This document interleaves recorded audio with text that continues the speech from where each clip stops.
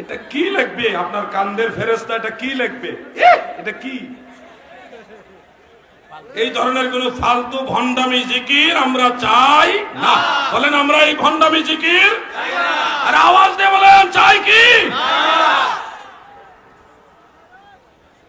কি যে একটা অত্যাচার চলতেছে, সুন্নিয়তের লেভেল লাগায় আমাদের এই দেশটাকে, মাজারে গিয়ে সেজদা দেয়।